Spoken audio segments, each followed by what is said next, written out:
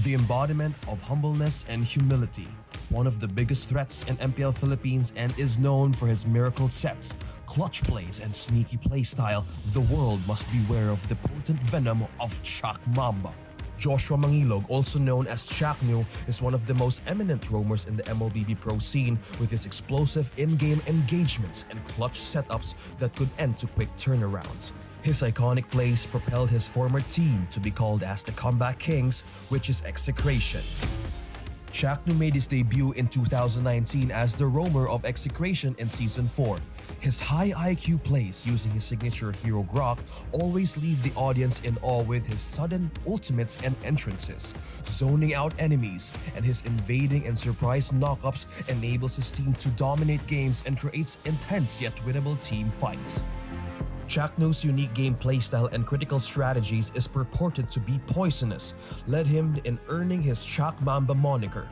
His abilities continued to progress after his first season in MPL when Kapitan Etumax joined the team in Season 5. Tinaguri ang image of consistency in MPL Philippines dahil sa walang palyang pagiging bahagi ng top 4 teams sa pakikipaglaban na makamit ang kampyonato. Nakuha nila ang top 4 spot noong Season 4 at 5. Noong MPL Philippines Season 6 naman ay naabot nila ang 3rd place and 2nd place naman noong Season 7. Nabigumang magtagumpay sa Season 7 Championship, hindi pinalampas ng execration ng pagkakataong mairepresenta ang bansa sa MSC 2021 at makasungkit ng isang prestihiyosong titulo.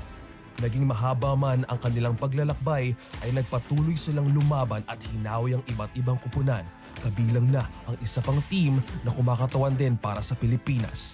Naganap nga ang nasabing rematch ng Season 7 Finals laban sa Blacklist International at sa pagkakataong ito, nakamit nila ang inaasam na tagumpay.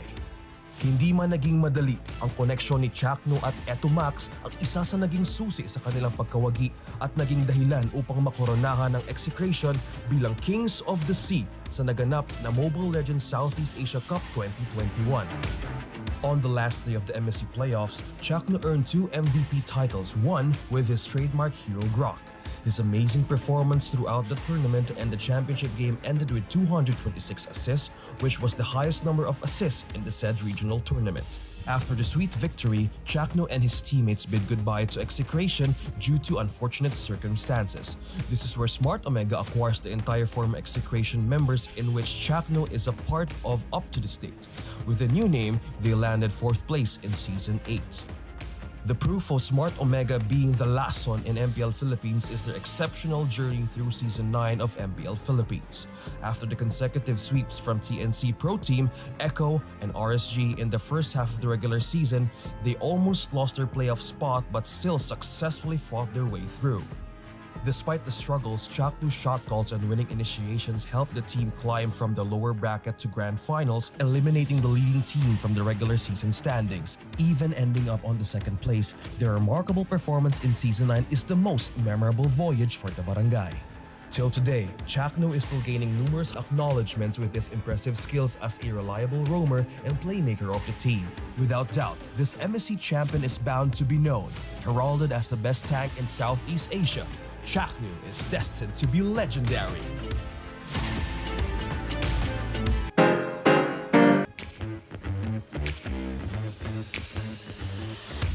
In a land ruled by kings, it was the queen who broke the boundaries and set new standards. And with his natural fascination too, and years of experience in using support heroes in MMO and other mobile games, the undecodable John Mar Villaluna, also known as Oh My Venus, changed the game in different eras and re-established sa kanyang malapapit master na shot calls at sa kanyang prowess bilang support. May tuturing si Oh My Venus na the greatest captain and shot caller the game has ever seen. Ang laki nang nabago nung pagdating ni B. Unlike sa dati naming player, sa previous naming shot caller, na kailangan makaset siya muna ng tama bago ma-follow up ng mga ibang members. Unlike dito kay B na siya mismo yung nag-a-unlock sa ibang players para ma-activate. Siya mismo ang nag-a-activate sa ibang players and iba yung perspective niya sa laro. Hindi lang sa team na to, sa lahat ng teams ng mga kalaban natin. May mga maliit na bagay na sabihin na natin hindi nakikita ng ibang players na para sa kanya yung maliliit na detalyeng yun napaka-importante. Na yun yung mga dahilan kung bakit iba ang laro namin sa ibang team. Kasama ang matagal ng kaduwa na si Wise, unang pumasok ang dalawa sa pro scene nang manalo ang kanilang team na Dream High Gaming sa qualifiers para sa MPL Philippines Season 4 noong 2019.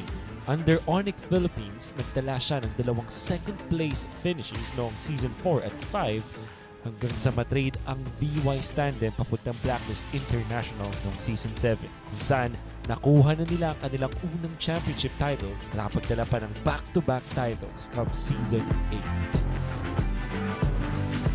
8. No single performance defined V33nus' greatness as support more than his eruption at the M3 World Championship stage.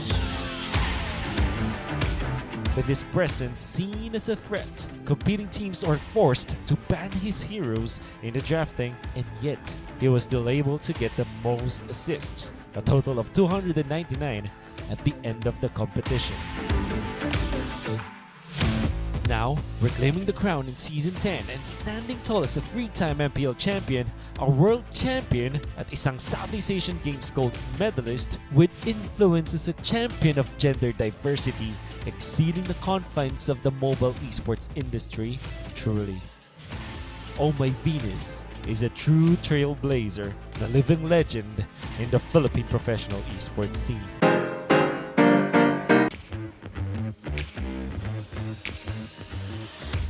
From assassins to tanks up to mages and fighters, you name it, the king of the jungle can play it.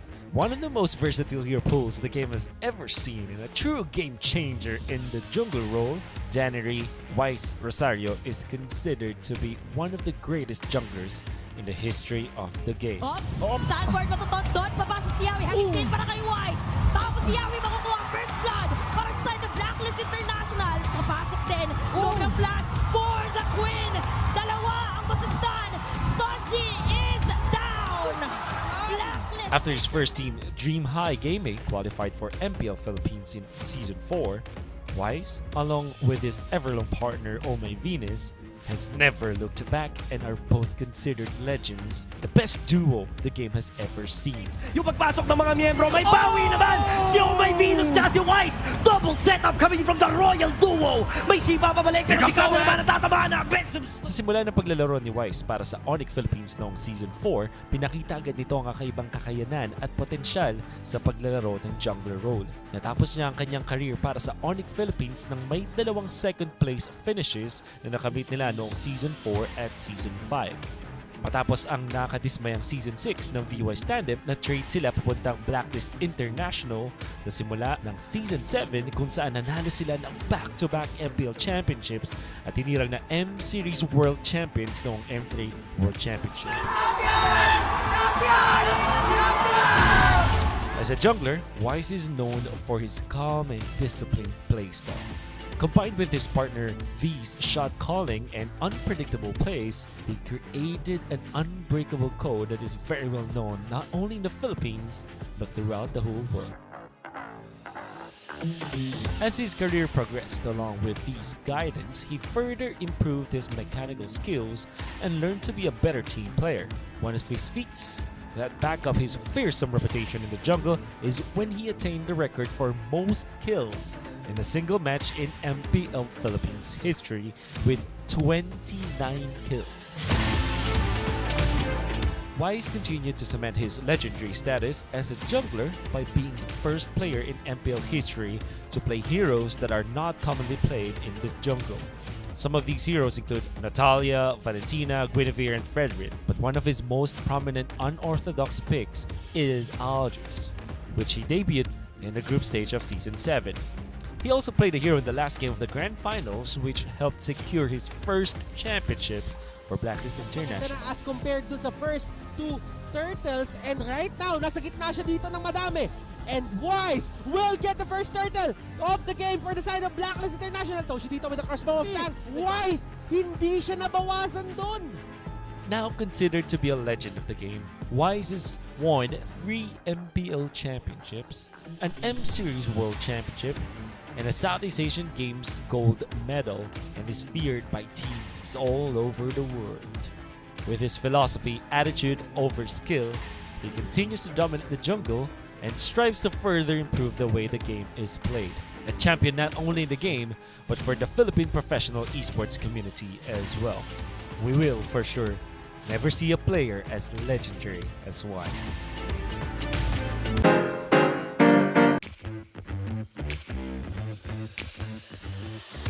Dreaming never stops for a person is a line from an MPL player who has truly turned his dreams into reality. Christian P. Fajura, a name that is only known by a few, but his IGN Rafflesia is known throughout MPL Philippines and other leagues in the world. Nagsimula ang journey ni Rafflesia sa MPL sa kanyang first team na No Limit na noon ay second team ng Bren Esports. Nakapasok sila sa qualifiers noong Season 3 ngunit umabot lamang hanggang 5th and 6th place. Ngunit hindi dito natigil ang pangarap ni Rafflesia at patuloy silang nagpursige ng kanyang team na eventually ay naging independent at pinangalanang Sunsparks. Entering Season 4 of MPL Hungry for Redemption, Sunsparks clawed their way through the regular season and eventually booked their ticket to the Grand Finals. But it almost seemed that their strength was decreasing as they went down 0-2 against their opponent MPL-PH. But Rafflesia and his team knew that they had to make things happen, and so they did. They regrouped and played one game at a time, and in Game 4 of the series, Rafflesia stepped up and proved that he is one of the most determined and quick-witted players in the game. Oh, man. Now, ginawang rambutan yung logo ng Sunsparks dito at binalata, yung logo ng Onyx at binalata ng Sunsparks. We have a game for... As the opposing team was marching into their base to end the game, Rafflesia was the only player alive for his team. He quickly used his arrival spell on their throne to prevent it from being damaged, while also buying time for his teammates to respawn and turn the game around. What was that? This play is known as one of the legendary moments in MPL history and helped them complete the reverse sweep to claim their first MPL championship. The year of the comebacks! Heading into Season 5, Rafflesia and his team continued to dominate and win series after series to become the top seed, advancing to the playoffs. With their experience and unmatched chemistry, Sunsparks eventually reached the Grand Finals once again, where they dismantled MPL-PH in 4 games to become the first back-to-back MPL champions in history. But Rafflesia is not only known for his championship skills and high IQ plays. In Season 6 of MPL Philippines, he popularized one of the most well-known strategies in the history of the game, which is the feeding Digi strategy. Dingy! This strategy proved to be the menacing to play against as it exploits the location of the enemy heroes and disrupts their objective taking and affects their economy, as Diggy's bounties will drop exponentially until killing him becomes worthless. This strategy, along with his Kufra arrival play, will go down as one of the most iconic moments in MPL history, solidifying Rafflesia's case as one of the greatest tacticians to ever play the game. Starting with a leap of trust and faith, combined with their relentless determination to reach his dreams, Rafflesia is now a living legend not only for the MLBB community but for the Philippine esports scene as well. Now, this 2-time MPL champion and one of the first Filipino M Series representatives is legendary.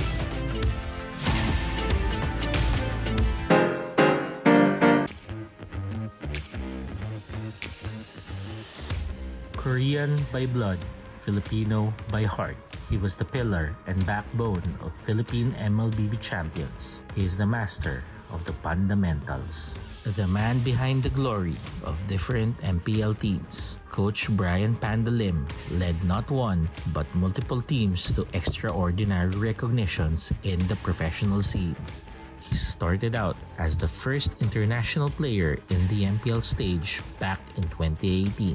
With the in-game name Panda, he became the roamer of Archangel Wicked Minds in Season 2. His team reached the playoffs but was later eliminated by SXC Imbalance. However, the defeat is just the beginning of the upturn of his illustrious career. From being former professional player in Season 2, he transitioned into coaching in Season 3. Isa sa mga naging hamon para kay Coach Panda ay nang maging coach siya ng Archangel.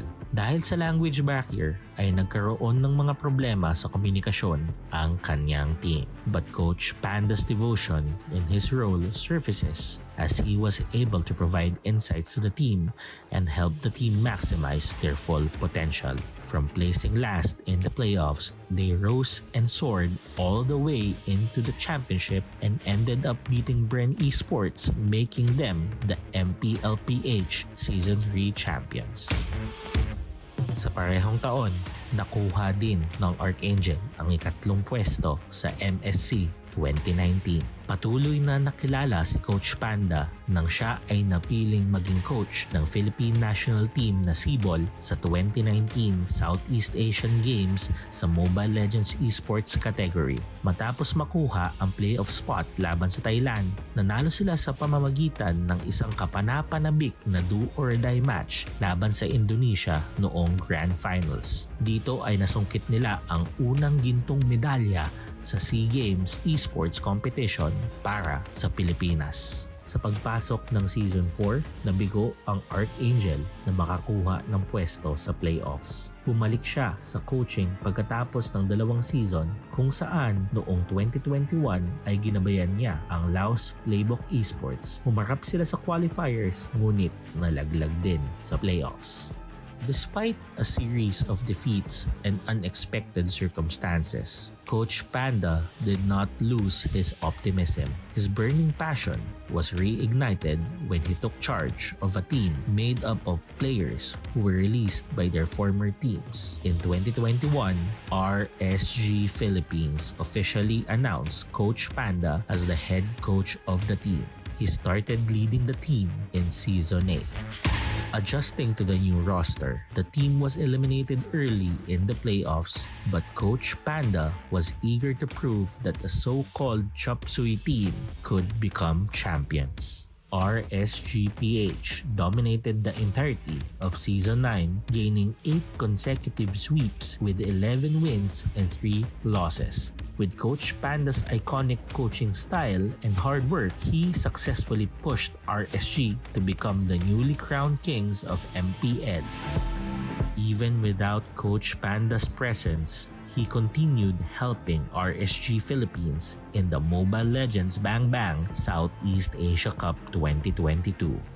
The team retained its momentum and celebrated their triumph with a clean sweep in the championship against RRQ Hoshi. RSG-PH, winning 2 titles in a year, proved his significant role to the team and that he is indeed a remarkable coach. Coach Panda's guidance, passion, and positive mindset have led aspiring souls to success and to be recognized in the community. His long list of accomplishments truly justifies that he is one of the best coaches in MPL. Now, he is a 2-time MPL champion, MSC champion, Southeast Asian Games gold medalist, and the first coach to be inducted into the MPL Philippines Hall of Legends. Undeniably, Coach Panda is legendary.